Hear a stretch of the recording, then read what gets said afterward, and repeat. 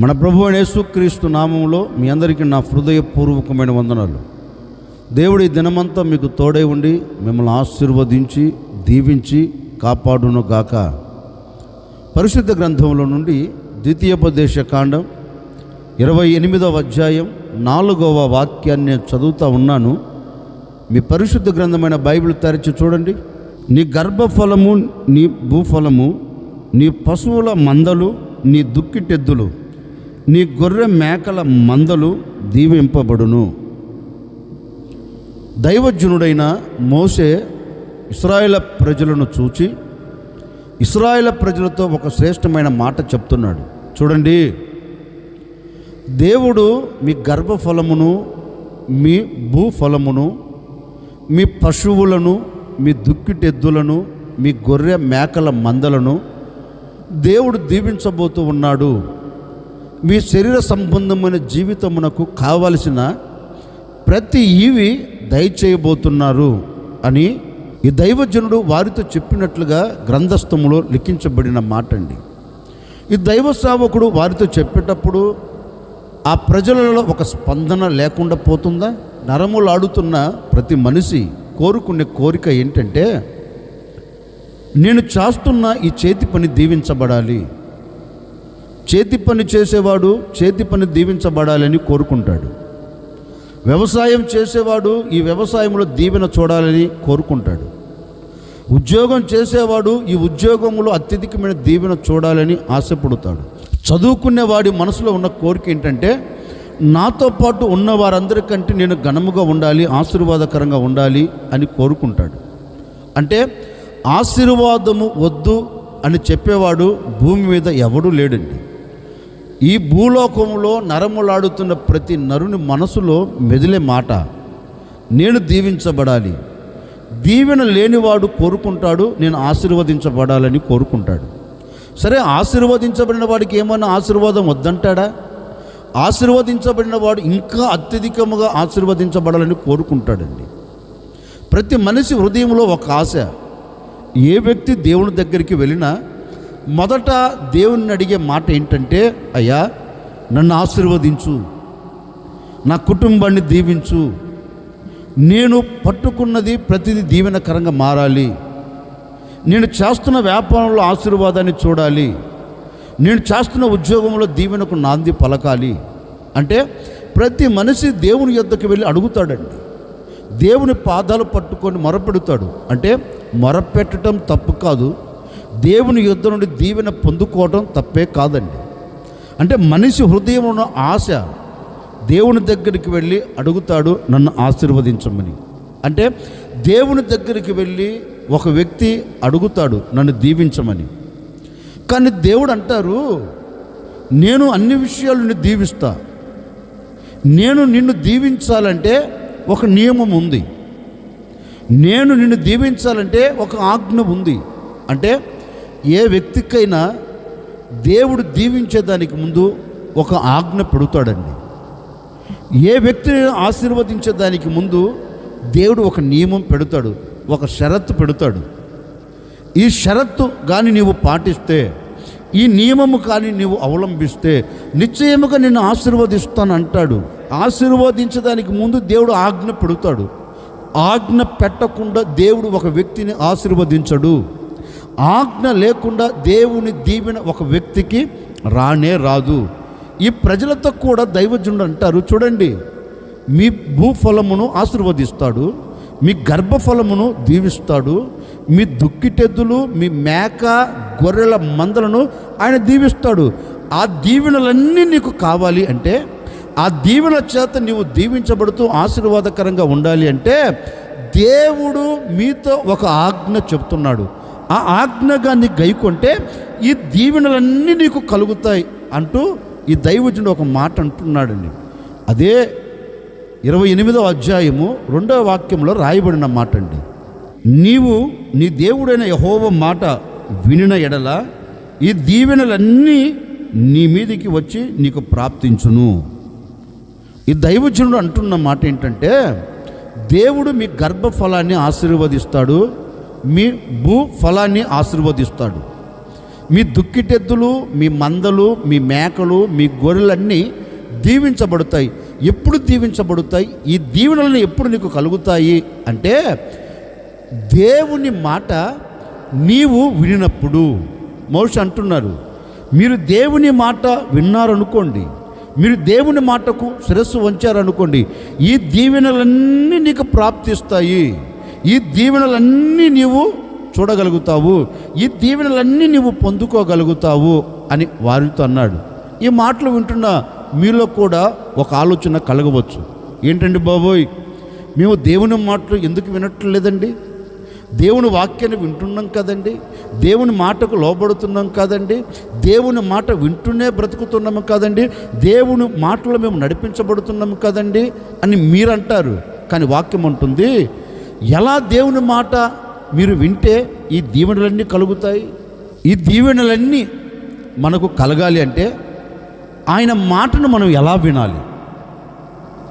పరిశుద్ధ గ్రంథంలో నుండి యెషయా ప్రవచన గ్రంథం 1వ అధ్యాయం 19వ వాక్యాన్ని నేను చదువుతాను. మీ పరిశుద్ధ గ్రంథమైన బైబిల్ తెరిచి చూడండి. మీరు సమ్మతించి నా మాట వినిన ఎడల మీరు భూమి యొక్క మంచి పదార్థములు అనుభవింతురు. ఎలా ఆయన మాట మనం వినాలి? ఎలా ఆయన మాట మనం అంగీకరించాలి? ఈ దీవెనలన్నీ భూఫలము కానివ్వండి, గర్భఫలము కానివ్వండి, దుక్కిటెద్దులు కానివ్వండి, మేక గొర్రెల మందలు కానివ్వండి, ఇవన్నీ దీవించబడాలి అంటే మనము ఆయన మాట ఎలా వినాలి అంటే లేఖనం అంటుంది, మీరు సమ్మతించి నా మాట వినిన ఎడల. అంటే దేవుని మాట ఎలా వినాలి? మనము వినట్టుగా కాదండి. మనం ఆయన మాట ఎలా వినాలంటే సమ్మతించి, శిరస్సు వంచి, ఆయన మనతో ఏది చెప్పినా దానిని సమ్మతించి దాని ప్రకారం నడిపించబడాలంటండి. ఏ వ్యక్తి అయితే ఆయన మాటను సమ్మతించి వింటాడో నిశ్చయముగా ఆ దీవెనలన్నీ ఆ వ్యక్తికి కలుగుతాయంటండి. ఒక్కసారి ఆలోచించండి, ఎందుకు మనము చేస్తున్న చేతి పనుల దీవెన చూడలేకపోతున్నాం? ఎందుకు మనము అనుకున్న గమ్యం చేరలేకపోతున్నాం? ఎందుకు మన వ్యవసాయ రంగంలో కానివ్వండి, మన చేతి పనుల్లో కానివ్వండి, ఉద్యోగంలో కానివ్వండి, చదువుల రంగాల్లో కానివ్వండి, ఆత్మీయ స్థితిలో కానివ్వండి, ఎందుకు మనం దీవెనకరంగా ఉండలేకపోతున్నాం? ఎందుకు ఆశీర్వాదకరంగా మలచబడలేకపోతున్నాం అంటే వాక్యం అంటుంది, సమ్మతించి నా మాట వినట్లేదు. సమ్మతించి నా మాట విన్నారనుకోండి, ఈ దీవెనలన్నీ భూమి మీద ఉన్న ప్రతి దీవెన, భూ సంబంధమైన ప్రతి ఆశీర్వాదాన్ని, భూ సంబంధమైన శ్రేష్టమైన ప్రతి ఈవిని మీరు అనుభవించేటట్లుగా నేను చేస్తాను. ఆ దీవెనలన్నీ మీకు కలుగుతాయి. ఎందుకని? మీరు సమ్మతించి నా మాట వింటున్నారు గనుక. ఈ రోజున సమ్మతించి ఆయన మాట మనం గై కొనకపోయినందువలన ఎన్నో నష్టాల బాటలో మనం నడిపించబడుతున్నామండి. ఆశీర్వాదకరంగా ఉండవలసిన మనం శాపాన్ని చూస్తున్నాం. దీవెనకు నాంది పలకవలసిన మనం దీవెనకు బదులు దరిద్రతను చూడగలుగుతున్నాం. ఎందుకని అంటే సమ్మతించి ఆయన మాట నీవు గై కొనట్లేదండి. చాలామంది అంటారు, అదేంటి బాబు, మేము ఆదివారం చర్చికి వెళుతున్నాం, ఆదివారం గంటల తరబడి ప్రసంగం వింటున్నాం, వాక్యం వింటున్నాం, డైరీల మీద డైరీలు రాస్తూ ఉన్నాం. ఇంకా చెప్పాలి అంటే ప్రతి దినం, ప్రతి క్షణం సెల్ ఫోన్ ఆన్ చేసిన, టీవీ ఆన్ చేసిన వాక్యాలు చాలా వింటున్నాం బాబు. మరి వాక్యం మేము ఎందుకు వినట్లేదు? వాక్యం మేము ఎందుకు సమ్మతించట్లేదు? వాక్యం ఎందుకు మేము గైకొనట్లేదు? కాకపోతే మా ఇంటికి వచ్చి కూడా చూడండి అయ్యా, నీళ్ళ కొండకు ఒక వాక్యం ఉంటుంది, బీరువకు ఒక వాక్యం ఉంటుంది, తలుపుకు ఒక వాక్యం ఉంటుంది, గోడకు ఒక వాక్యం ఉంటుంది. ఇంకా చెప్పాలి అంటే ప్రతి చోట వాక్యమేనయ్యా, ప్రతి చోట వాక్యమేనయ్యా. నేను వాక్యం వినకుండా ఎందుకు ఉన్నాం, వాక్యం చదవకుండా ఎందుకు ఉన్నాం అని మీరు అంటారు. కానీ వాక్యం అంటుంది, వాక్యము నీ ఇంట్లో ఉన్నా, వాక్యము డైరీలో నీవు రాస్తూ ఉన్నా, వాక్యం నీవు టీవీలో వింటూ చూస్తూ ఉన్నా, కానీ దాన్ని ఎలా చూస్తున్నావు? సమ్మతించి దాన్ని చూడట్లా, సమ్మతించి దాన్ని గైకొనట్లా. దేవుడు ఈ మాట నాతో మాట్లాడుతున్నాడు, నిజమే కదా, నేను ఇలా నడవాలి, దేవుడు నాతో మాట్లాడుతున్నాడు, నేను శిరస్సు వంచాలి, ఈ వాక్యాన్ని పట్టుకొని నేను ప్రార్థన చేయాలి అనే ఆశ అనే తపన ఏ ఒక్క రోజున నీకు కలిగిందండి? ఏ ఒక్క రోజైనా ఆ మాట ప్రకారం నడిపించబడుతున్నావని? ఏదో వినాలి కనుక వింటున్నావు, సమ్మతించట్లేదు. ఏదో వినాలి, ఏదో రావాలి, ఏదో చదవాలి అన్నట్లుగా వస్తున్నావు, వింటున్నావు, చదువుతున్నావు, వెళుతున్నావు, కానీ నువ్వు సమ్మతించట్లేదు. దేవుడు నీతో చెప్పినప్పుడు దానికి లోబడి శిరస్సు వంచి నువ్వు సమ్మతిస్తే ఈ దీవెనలన్నీ నీకు కలుగుతాయండి. ఒకవేళ ఇప్పటి వరకు ఆయన నీతో చెప్పినప్పుడు నువ్వు సమ్మతించలేకపోయావేమో, అందుకే శాపాన్ని చూచావు. లేఖనములో ఒక చోట ఒక మాట రాయబడిందండి. యేసుక్రీస్తు శరీరధారిగా సంచరిస్తున్న ఆ రోజుల్లో యేసుక్రీస్తు ఆ సముద్రపు ఒడ్డున నిలిచాడు. ఆ సముద్రపు దరిన పేతురు వలలు కడుక్కుంటున్నాడు. యేసు అక్కడికి వెళ్ళి పేతురును చూచి పేతురుతో ఒక మాట అన్నాడు. ఏం బాబు, దిగులుగా విచారణగా ఉన్నావు, ఏంటి ఇలా ఉన్నావు అని అడిగితే పేతురు నోటను జారవలన మాట ఏంటంటే, అయ్యా రాత్రంతా ప్రయాస పడ్డాం కానీ ఒక్క చేపైనా పడలేదు, ఏంటో మాకు అర్థం కావట్లేదు అని యేసుక్రీస్తుతో చెప్పాడు. అప్పుడు యేసుక్రీస్తు కూడా ఒక మాట అన్నాడు. చూడు, నీ పడవను కొంచెం లోపలికి వెళ్ళనివ్వు, వెళ్ళనిచ్చిన తర్వాత నీ కుడి ప్రక్కన వల వేయి అన్నాడు. యేసుక్రీస్తు ఎప్పుడైతే ఆ మాట చెప్పాడో ఆ మాటకు లోబడిపోయాడండి పేతురు. ఆ మాటను సమ్మతించాడు. ఆయన నాతో చెప్పింది నేను చేయాలి, ఆయన నాతో చెప్పినట్లుగా చేస్తే ఒక దీవెన చూడగలుగుతాను అని దేవుని మాటను సమ్మతించి ఆయన చెప్పిన మాట ప్రకారం అతడు వల వేశాడంటండి. ఆయన నాతో చెప్పాడు, ఇప్పుడు నేను చేయాలి అని పేతురు వల వేశాడు. వల వేసిన మరుక్షణమే వల నిండా ఆశీర్వాదాలు కలిగాయి. ఎందుకని పేతురు దీవెనకు నాంది పలికాడు అంటే లేఖనం ఉంటుంది, ఆయన మాట చొప్పున వల వేశాడు. పేతురు ఆయన మాటను సమ్మతించినందున పేతురు దీవెనకు నాంది పలికాడండి, ఆశీర్వాదానికి నాంది పలికాడు, ఆశీర్వాదకరంగా నిలబడ్డాడు. ఎందుకని? ఆయన మాట ప్రకారం నడిపించబడ్డాడు, ఆయన మాటకు శిరస్సు వంచాడు. నిజమే కదండి. ఈ రోజున మనం దేవుని మాటకు సమ్మతించక, దేవుని మాటకు లోబడక, దేవుని మాట ప్రకారం నడిపించబడక ఎన్నో నష్టాలు చూస్తున్నాం. మన వ్యాపారంలో నష్టం కలుగుతుంది, మన చేతి పనుల్లో నష్టం కలుగుతుంది, ఉద్యోగంలో నష్టం కలుగుతుంది, కుటుంబంలో నష్టం కలుగుతుంది. ఎన్ని నష్టాలన్నా కలగనివ్వండి, కానీ దేవుని మాటను సమ్మతించరండి. నష్టాన్ని చూస్తుంటారు, నష్టములో నిలిచిపోతుంటారు, కానీ దేవుని మాటను సమ్మతించరు. ఒకవేళ అలాంటి పరిస్థితులు నీవు ఉన్నావేమో, ఈరోజు ఒక సేవకుడిగా నేను మీతో చెప్తున్నాను, దేవుని మాటను తిరస్కరించకుండా భూసంబంధమైన ప్రతి దీవెన నీవు చూడాలి అంటే, భూసంబంధమైన ప్రతి ఈవి నువ్వు అనుభవించాలంటే, ఈ దీవెనలన్నీ నీకు ప్రాప్తించాలంటే, ఒకటి నీవు సమ్మతించి దేవుని మాటను నువ్వు జాగ్రత్తగా వినగలిగితే, ఆ మాట ప్రకారం నువ్వు అడుగులు వేయగలిగితే నిశ్చయముగా నా దేవుడు సమస్త దీవెనలు నీ కుటుంబం మీద నా దేవుడు నిలబెట్టబోతూ ఉన్నాడు. ఈ దినము నుండి దేవుని మాటకు నువ్వు సమ్మతించగలిగితే భూమి మీద ఉన్న ప్రతి శ్రేష్టమైన పదార్థాలు నీవు అనుభవించేటట్లుగా చేయబోతూ ఉన్నాడు. నీ గర్భఫలం దీవించబడబోతుంది, నీ భూఫలం దీవించబడబోతుంది, నీకు కలిగిన సమస్తం నా దేవుడు ఆశీర్వాదకరంగా మార్చబోతూ ఉన్నాడు. నీవు సమ్మతించి ఆయన మాట నీవు గైకొంటే ఈ దీవెనలన్నీ నీకు ప్రాప్తిస్తాయండి. ఈ దీవెనలన్నీ మనకు ప్రాప్తించాలి అంటే ఆయన మాట మనం ఎలా వినాలి? ఒకటి, సమ్మతించి వినాలి. మరొక మాట, యెషయా ప్రవచన గ్రంథం 66వ అధ్యాయం 2వ వాక్యాన్ని చదువుతూ ఉన్నాను. మీ పరిశుద్ధ గ్రంథమైన బైబిల్ తెరిచి చూడండి. ఎవడు దీనుడై నలిగిన హృదయము గలవాడై నా మాట విని వణుకుచుండునో వానినే నేను దృష్టించి ఉన్నాను. దేవుడు అంటారు, ఈ దీవెనలన్నీ నేను మీకు దయచేయాలి అంటే మీరు సమ్మతించి నా మాట వినాలి. ఈ దీవెనలన్నీ మీకు కలగాలి అంటే మీరు నా మాట ఎలా వినాలి అంటే భయముతో, నా మాట విని వణుకుచుండునో ఆ వ్యక్తికి ఈ దీవెనలు కలుగుతాయని దేవుని వాక్యంలో చక్కగా రాయబడిన మాట అండి. అంటే ఈ దీవెనలన్నీ ఒక వ్యక్తి పొందుకోవాలి అంటే దేవుని యొద్ద నుండి వస్తున్న శ్రేష్టమైన ప్రతి ఇవి ఒక వ్యక్తి అనుభవించాలి అంటే లేఖనం ఉంటుంది, ఆ వ్యక్తి దేవుని మాట విని వనకాలంటండి. దేవుని మాట విని భయపడుతూ శిరస్సు వంచి దేవుని పాదాల మీద పడిపోవాలంటండి.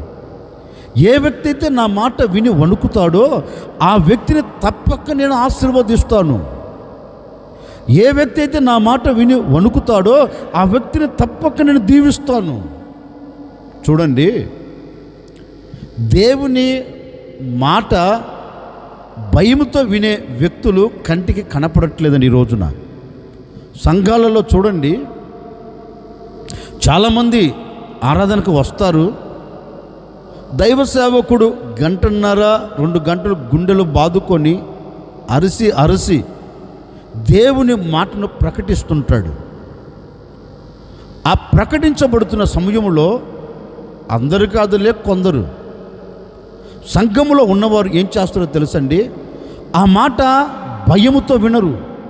ఒక ప్రక్క వాక్యము వినపడుతున్నప్పుడు, ఒక ప్రక్క వాక్యం ప్రకటించబడుతున్నప్పుడు, ఒక ప్రక్క సెల్ ఫోన్ చూసుకొని నొక్కుతూ ఉంటాడు. ఇంకా కొందరు మహానుభావులు ఉన్నారు, అప్పుడే ఈయన గారికి ఏదో ఫోన్ వచ్చినట్లు ఉన్న పాట నుండి ఫోన్ తీసుకుని బయటికి వెళుతుంటాడు. ఇక మరికొందరు వాక్యము ప్రకటించబడుతుంటే ప్రక్కన వాళ్ళతో కూర్చొని మాట్లాడుతూ ఉంటారు. దేవుని మందిరంలో అడుగుపెట్టిన వారు, దేవుడు నాతో మాట్లాడుతూ ఉన్నాడు, ఆయన వాక్యమునకు నేను భయపడాలి, ఆయన వాక్యమునకు నేను విధేయతను చూపెట్టాలి, ఆయన వాక్యమును భయముతో వణుకుతో నేను వినాలి అనే ఆలోచన ఉండదండి. అనే ఆలోచన ఉండదు. ఏదో వచ్చానా, వెళుతున్నానా, వస్తున్నానా, వింటున్నానా, వెళుతున్నానా అన్నట్లుగా ఉంటుంది. కానీ వణుకుతో భయముతో దేవుని మాట వినడు. నేననే మాట ఏంటంటే, అలాంటి వ్యక్తులు ఆశీర్వదించబడినట్లుగా చరిత్ర మనకు చెప్పదండి. అలాంటి వ్యక్తులు దీవించబడినట్లుగా మన కంటికి కనపడరండి. ఎంత మందిరానికి వచ్చినా, ఎంత ప్రార్థన చేయించుకున్నా దీవెనకు నాంది పలికినట్లుగా ఉండరండి. ఎందుకని? వాక్యాన్ని భయముతో వినట్లేదు, వాక్యాన్ని భయముతో వణుకుతో వినట్లేదు. కనుక దేవుని యొద్ద నుంచి వస్తే ప్రతి దీవెన ఆ కుటుంబాలకు కలగట్లేదు. లేఖనములో మనం చదివితేనండి, దేవుడు అబ్రహాముకు ప్రత్యక్షమయ్యాడు. అబ్రహాముకు ప్రత్యక్షమై అబ్రహాముతో ఒక మాట అన్నాడు, అబ్రహాము, నీకు ఒక కుమారుడైన ఇస్సాకు నాకు బలి ఇవ్వాలి అన్నాడు. అబ్రహాం కూడా అన్నాడు, ఎక్కడ ప్రభువా అన్నాడు. అలానే ప్రాంతంలో నువ్వు బలిపీఠంను కట్టి నీ ఒక్క కుమారుడైన ఇస్సాకు నాకు ఇవ్వాలి అన్నాడు. అంతేనండి, దేవుని మాటకు శిరస్సు వంచాడు. అయ్యో, దేవుడు నాతో మాట్లాడాడు అని భయముతో వణుకుతో ఉదయాన్నే లేచి కట్టెలు, నిప్పు అన్నీ సిద్ధం చేసుకొని తిన్నగా బయలుదేరి వెళుతున్నాడండి. అబ్రహాము దేవునితో అనలేదు, ఏమయ్యా నా కుమారుడు దొరికాడేంటి నీకు, నా కుమారుడే నీకు కంటికి కనపడ్డాడేంటి, చాలామంది పిల్లలు ఉన్నారు కదా వాళ్ళు నీకు కనపడలేదా అని అడగలేదండి. అడగలా. దేవుడు నాతో మాట్లాడాడు, నేను శిరస్సు వంచాలి. దేవుడు నాకు ప్రత్యక్షమయ్యాడు, ఆయన మాటకు నేను లోబడాలి. ఆయన నాతో మాట్లాడుతూ ఉండగా నేను భయము భక్తి కలిగిన వాడనై నేను ఆయన మాటకు విధేయతను చూపెట్టాలి అని ఆయన మాటకు భయపడి ఆయన మాట వింటున్న మరుక్షణమే అబ్రహాము జీవితంలో వణుకు పుట్టిందండి. ఇప్పుడు నేను నా దేవుని మాట నెరవేర్చాలి అని భయముతో ఆ మాటను పట్టుకొని మోరియా పర్వతం మీదకి వెళ్ళాడు. మోరియా పర్వతం మీదకి వెళ్ళి బలిపీఠమును కట్టి బలిపీఠం మీద కుమారుని కట్టిపడవేసి చంపబోతున్నాడు. అప్పుడు దేవుడు అంటాడు, అబ్రహాము, ఇందు నిమిత్తము నీవు నాకు భయపడుచున్నావని నేను ఎరుగుదును, నా మాట విని నీవు భయపడుచున్నావని నేను ఎరుగుదును కనుక నేను నీతో చెబుతున్నాను విను, నీ సంతతిని ఆకాశ నక్షత్రాల వల్ల నేను విస్తరింపచేయబోతూ ఉన్నాను, ఆకాశ నక్షత్రాల వల్ల నేను దీవించబోతూ ఉన్నాను. నీవు నా మాట విని వణుకుచున్నావు గనుక, నీవు నా మాట విని భయపడుచున్నావు గనుక, నీవు నా మాట విని శిరస్సు వంచుతున్నావు గనుక నిశ్చయముగా నీ సంతతిని నేను విస్తరింపచేస్తాను. నీవు నాకు లోబడుతున్నావు కనుక నేను నిన్ను అత్యధికముగా మారుస్తాను అని అబ్రహామును దేవుడు ఆకాశ నక్షత్రాల వలె అతని సంతతిని ఆశీర్వదించాడని, భూసంబంధమైన దీవెన పరసంబంధమైన ఆశీర్వాదాన్ని అబ్రహాముకు దేవుడు తీసుకుని వచ్చి ముంగిట పెట్టాడని. అబ్రహాం ఎందుకు ఇంతటి ఆశీర్వాదం అంటే, అబ్రహాం ఒకటి అంటాడు, దేవుడు నాతో మాట్లాడుతున్నప్పుడు ఆయన మాట నేను భయముతో వణుకుతో విన్నాను. ఏది విన్నట్టుగా కాదండి. ఆయన మాట నా యొద్దకు వచ్చి నాతో చెప్పినప్పుడు నేను భయపడిపోయాను, భయంతో వణుకుతో విన్నాను గనుక నా దేవుడు నన్ను ఆశీర్వదించాడు. ఈ రోజున దేవుని మాట నీవు భయంతో వింటున్నావా? దేవుని మాట నీవు వణుకుతో అంగీకరిస్తున్నావా? దేవుని వాక్కు నీ ఎదుటికి ప్రత్యక్షమై నీతో మాట్లాడుతున్నప్పుడు శిరస్సు వంచుతున్నావా? శిరస్సును వంచి నీవు చెప్పినట్లే నేను నడిపించబడుతాను దేవునితో ఒడంబడిక చేయగలుగుతున్నావా? 2 గంటల ప్రసంగం విని చివరిలో ఒక చిన్న నిర్ణయం తీసుకోండి అన్న మరుక్షణమే బైబిల్ మూతేస్తున్నావు, సంకన పెడుతున్నావు, కంటికి కనపడకుండా వెళ్ళిపోతున్నావు. మరి నువ్వు ఎక్కడ దేవునికి భయపడుతున్నావు? ఎక్కడ దేవుని మాటకు లోబడుతున్నావు? ఎక్కడ దేవుని మాటకు శిరస్సు వంచుతున్నావు? ఎక్కడ దేవుని వాక్యమునకు నీవు వణుకుచు ఆయన మాటను అంగీకరిస్తున్నావు? అందుకే కదా ఈనాటి వరకు కష్టం, నష్టం, బాధ, ఇబ్బందుల మధ్యలో ఇరుక్కుపోయింది. అందుకే ఓ సేవకుడికి నేను మీతో చెప్తున్నాను, వినండి. దేవుడి వాక్కు నీ ఎదుటికి వచ్చి ప్రత్యక్షమై నీతో మాట్లాడుతున్నప్పుడు నీవు భయముతో ఆ మాటను అంగీకరించాలండి. నీవు వణుకుతో ఆ మాటను అంగీకరించాలి. నీవు భయముతో ఎప్పుడైతే ఆ మాటను అంగీకరిస్తావో ఈ దీవెనలన్నీ దేవుడు నీ కుటుంబానికి దయచేస్తాడు. ఈరోజు నుంచి ఒక నిర్ణయం తీసుకోండి, అయ్యా నీ మాటకు నేను శిరస్సు వంచుతాను, నీ మాటను లోబడుతాను, నీ మాట విని నేను భయపడుతూ నీ వాక్యానుసారంగా నడిపించబడుతాను అని ఒక నిర్ణయం తీసుకొని ఈరోజు నా దేవుని మాటకు నీవు వణుకుచూ భయపడుతూ దేవుని మాటను అంగీకరించగలిగితే నిశ్చయముగా నీ కుటుంబాన్ని దీవెనకరంగా మార్చబోతూ ఉన్నాడు. నిశ్చయముగా నీ కుటుంబం దీవించబడినట్లుగా, దీవెనలన్నీ నీ కుటుంబానికి ప్రాప్తించినట్లుగా అద్భుతం చేయబోతూ ఉన్నాడు. ఆయన మాట నీవు సమ్మతించి, ఆయన మాట విని నీవు భయముతో వణుకుతో నీవు ఆయన మాటకు లోబడితే నీ చేతుల కష్టాజితో నువ్వు అనుభవించబోతూ ఉన్నావు. నీ ఇంట్లో ఉన్న దరిద్రతను ఆయన తీసివేయబోతూ ఉన్నాడు. నీ భూ సంబంధమైన ప్రతి దీవెన నువ్వు అనుభవించబోతూ ఉన్నావు. నీ ఇబ్బందుల మధ్య నుంచి నా దేవుని తప్పించబోతూ ఉన్నాడు. నీవు ఆశీర్వాదానికి నాంది పలుకున్నట్లుగా దీవెనలన్నీ నీ ముంగిట నా దేవుడు నిలబెట్టబోతూ ఉన్నాడు. ఆ దీవెనలన్నీ ఈ దినం నుంచి నువ్వు పొందుకొని సాగి వెళ్ళబోతూ ఉన్నావు. నీ భూఫలాన్ని దేవుడు ఆశీర్వదించబోతున్నాడు. నీ గర్భఫలాన్ని దీవెనకరంగా మార్చబోతూ ఉన్నాడు. నీ కష్టార్జితంలో ఒక దీవెనను అనుగ్రహించబోతూ ఉన్నాడు. నీ వ్యాపారంలో ఒక దీవెన కలుగ చేయబోతూ ఉన్నాడు. ఇవన్నీ నువ్వు అనుభవించాలి అంటే నీవు సమ్మతించి ఆయన మాట వినాలి. ఇవన్నీ నీవు చూడాలి అంటే ఆయన మాట భయముతో వణుకుతో నీవు వినాలి. వింటే ఈ దీవెనలన్నీ నీ కుటుంబానికి దేవుడు దయచేస్తాడు. ఇటు దీవెనలు మీ కుటుంబానికి నా దేవుడు దయచేయునుగాక. ఆశ్చర్యకరుడా మీకు స్తోత్రాలు చెల్లిస్తూ ఉన్నాం. గడిచిన దినాలు మీ సురక్షితమైన రెక్కల్లో మీరు మమ్మల్ని దాచి కాపాడుతూ వచ్చారు. మరొక దినాన్ని మీరు మాకు దయా కిరీటంగా ధరింపచేసారు. అందును బట్టి మీకు స్తోత్రాలు చెల్లిస్తూ ఉన్నాం. తండ్రి, మీ మాట మేము విని సమ్మతించి మేము వణుకుచూ అడుగులు వేయగలిగితే, మీ మాటకు లోబడగలిగితే దీవెనలన్నీ ప్రాప్తిస్తాయి. మీ లేఖనాలు సెలవిచ్చినట్లుగా ఈ దీవెనలన్నీ బిడ్డలకు అనుగ్రహించండి తండ్రి. ఈ దినం ఎందరైతే సమ్మతించి వణుకుచు మీ మాట వినాలని కోరుకున్నారో ప్రతి వారికి భూమి మీద దాచబడిన ప్రతి శ్రేష్టమైన ఈవి పొందేదరుగాక, పరసంబంధమైన ప్రతి ఈవి అనుభవించుదురుగాక. అట్టి కార్యమును జరిగించండి. ఈ దినమంతా ఎక్కడ బిడ్డలు నిలబడుతున్నా అక్కడ ఒక దీవెన, ఒక ఆశీర్వాదం కలుగునట్లుగా మీరు సహాయం చేయమని యేసు నామములు అడిగి వేడుకొనుచున్నాము తండ్రి, ఆమెన్. ఆయన మాట సమ్మతించి ఆయన మాట భయముతో వణుకుతో వినాలి అని నిర్ణయము తీసుకున్న మీ కుటుంబాలన్నిటినీ నా ప్రభు దీవించునుగాక.